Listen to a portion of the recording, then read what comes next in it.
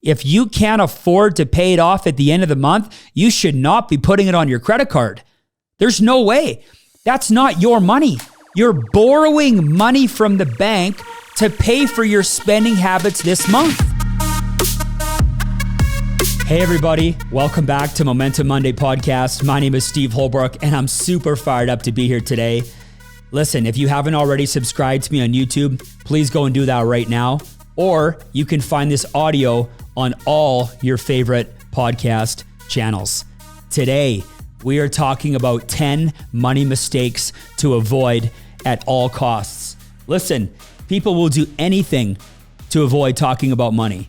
So the fact that you're here today, you're watching this on video or you're listening to on podcast, this already puts you in the small room. There's really two sides of the coin. There's people that are focused on saving money, building net worth, and there's people that aren't focused on it, plain and simple. It's a different muscle, saving money, than it is making it. We've seen so many examples of celebrities that have gone broke. I remember one of my old favorite actors, Nicolas Cage, back in the 90s, he was commanding $20 million a movie. And then by 2009, he was broke. He went from $150 million net worth to broke in 2009. Why is that? Because it doesn't matter how much money you make. What matters is how much is left over. So today, we're going to talk about it. 10 money mistakes to avoid at all costs. Number one, not starting with the end in mind. Not starting with the end in mind. It's super important to go into the future. 1 year, 2 year, 5 year, 10 year. Where do you want to end up? Where do you want to go? Man, I loved when Google Maps came out. For me personally, I'm the guy that always got lost. I'm just always in my own thoughts and I'm a dreamer, and driving for me without a map was always a nightmare. So why do I love using Google Maps? Because the shortest distance between point A and point B is always a straight line. So what do you want your debt to look like 3 years from now? What do you want your assets to look like 5 years from now? What's your financial independence number? How much money do you need saved so that you go to work because you want to, not because you have to? The wealthy, they know what they're working towards. They know what they're getting up every morning and grinding towards. And if you don't start with the end in mind, I'm telling you right now, you're never going to get there. That is the number one mistake people make. Number two, spending more than you make. Spending more than you make. It seems like a simple concept, but most of us spend more money than we make. And a big reason we do that is to impress other people. Let's just be honest. A lot of us want to live a lavish lifestyle. A lot of us want to keep up with the Joneses, but it's never okay to spend more money than you make. So my question to you is, do you know exactly how much money you make? Do you know how much money you actually spend? What's that number? What's the discrepancy? Is it growing? Is it shrinking? It seems so basic. But do you know how many people that you know and I know, and maybe even you listening to this call, how many people spend more money than they make? Number three pitfall people make is increasing their spending as their income goes up. That's not the game you should be playing. The game you should be playing is maintaining your lifestyle while trying to earn more money. And as you earn more money, you should be focused and obsessed with saving all of that money. I remember when I started in business, I was making $11 an hour at my job. I started my business part-time. My savings plan was $50 a month. That's all I could afford. But guess what? As I started to make more money, that $50 per month became $50 a week. And then it became $100 a week. And then it became $1,000 a week. And then it became multiple thousands of dollars a week. And then it became $10,000 a week. But what was the key? The key was to keep the lifestyle the same. The social media effect is affecting us all. We get on social media, we see all these shiny things, and we want to keep up with the Joneses, like I mentioned before. So what do? We make extra money, we grind harder, and then we spend that money. You know what the problem with that is? If you don't have a plan to save that extra money and you just keep blowing it, you're actually going to start resenting working hard. And you're going to end up at the end of the month and end of the year going, why do I work so hard? Why am I grinding so hard? Right? I bust my tail away from my family, away from my kids. I'm going for it. and I have nothing to show for it. And guess what you're going to do? You're going to crawl back into a hole. You're going to take your temperature from 90 degrees and you're going to cool yourself off back down to 70. You're going to say, it's not worth it. I have nothing to show for it. And you're going to be one of those people that gets super frustrated. So again, as your income goes up, you have to make sure that you save that money. That's going to be so key for you to build your wealth. Number 4, making bad investment decisions. Making bad investment decisions. No offense, but listening to your friend that has no experience in the money game is a recipe for disaster. Everyone is going to give you their opinion. And most of the opinions that you get and most of the advice that you're going to get is loaded with ego.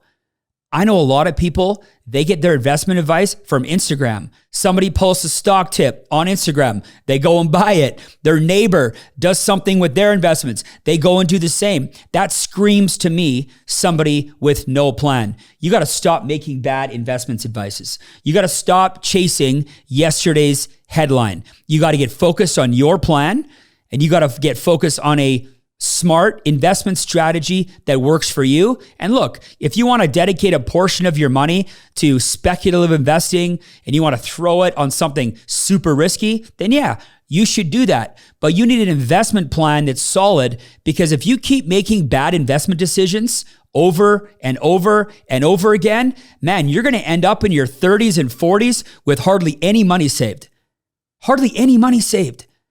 And statistically speaking, if you get to your mid-40s and you don't have $200,000-$300,000 saved, retirement for you, that's a pipe dream. You can't afford to keep making bad investment decisions. So stop doing it. Number 5, putting all of your money in one asset class. You can't put all of your money in one asset class. It's super important to diversify your asset class. You got to think about what's your plan. For example, if I need access to short-term cash as a part of my plan, yet I lock up all my money in my rental properties that I can't access, what kind of a plan is that? The other thing with diversification is when one asset class is rising, sometimes the other asset class is falling. So if all your assets are in one basket, all of them, man, you are riding that emotional roller coaster. And I'm telling you right now, you can't afford to have everything in one basket. You got to reduce your risk, reduce your anxiety, get a plan, and stop throwing all of your money in one thing and then jumping all of your money into one thing. Be diversified, be smart with it, and be safe. Number 6, no emergency fund. How many people have I sat down with in the last 15 years that have no emergency fund? Look, here's the key. Write this down. You should always have 3 to 6 months income saved up. Always have 3 to 6 months income saved up. It's not a matter of if things go wrong. It's a matter of when. And if you don't have any short-term cash to fix the dryer or replace the dishwasher, or short-term cash for your family member or for your kids or for your mom or for your spouse or for you, guess where you're going for emergencies? Yep, you're going on credit card. And how has that been working? Not great for most people. Most people are riddled in credit card debt. And a big reason is because when there was a legitimate emergency, they had no money that they could access. So one of the things that I always talk about is having a proper emergency fund. I read a stat here in Canada. 48% of Canadians are less than $200 away from insolvency. 48%. Can you imagine the stress and the anxiety and the depression that would be caused from almost having no money left at the end of the month? Before you start saving long-term, please put 3 to 6 months income saved up. I don't care where you put it. Put it in a shoebox, bury it in your backyard, put it in your safe. Short-term investments, cash that you can access. You can't go long-term if you don't have a short-term pile of cash. Number 7, not insuring your income. Not insuring your income. Let's face it, your most valuable asset, it's not your car, it's not your house, it's not your baseball card collection. Your most valuable asset is your ability to earn your income. Wealthy people insure their income in case of loss. One of the leading causes of new poverty in North America is lack of life insurance. Do you have your income properly protected? Do you have the right amount of insurance, the right kind of insurance for the right length of time? And look, it's not even if you pass away, but what if you get sick and live? What if you get disabled? What if you get critical illness? Do you know that 1 in 2 North Americans are going to get cancer in their lifetime? 1 in 2 North Americans are going to get cancer in their lifetime. And there's lots of costs involved with getting sick. You're going to have to take time off work. Remember, your ability to earn your income is your most valuable asset. Number 8, not having multiple streams of income. Not having multiple streams of income. If you're listening to this right now and you have one way that you make income, man, that's a scary place to be. Because if that one source of income is over, that's it. I'm so blessed in my business. We get paid 3 to 5 different ways. But you in your life, whether it's your assets, your job, all your businesses combined, do you make money 3, 4, 5, 6, 7 different ways? Do you? Or are you relying on one way? God forbid it's dollars for hours, because we all know how fast that can go away. We've all seen that here in the last year. It's super important that you take a look at how you're earning your income, both as an employee and as an entrepreneur. And if you aren't earning money 3, 4, 5 different ways from different sources, either within your business or without your business, it's time to reevaluate your money plan. Number 9, carrying a credit card balance. Carrying a credit card balance. Paying high interest debt to the bank is a recipe for disaster. It's like trying to paddle a boat with a gaping hole in the bottom. If you understand the rule of 72, the rule of 72 is the rule of compound money. If you take the rate of return you're getting on your investments and you divide that into 72, that's how many years it's going to take your money to double. So if you're getting a 6% rate of return on average, your money's doubling every 12 years. Here's the problem. Your credit card at 18% is doubling every 4. Credit cards are set up for you to lose and the banks to win. It's like the casino. The house is always going to win. So be smart and do the math. There should never be a scenario that you come up with where you feel like you need to carry a balance month over month. If you can't afford to pay it off at the end of the month, you should not be putting it on your credit card. There's no way. That's not your money. You're borrowing money from the bank to pay for your spending habits this month. And if you're sitting here telling me, well, Steve, it's the only way that I can make the end of the month, then you got to figure a way to make more money. You got to figure out a way to adjust your lifestyle. Something has to give. Because the banks just keep making money. And the little guy, they're the ones paying all the interest. Please don't carry a credit card balance.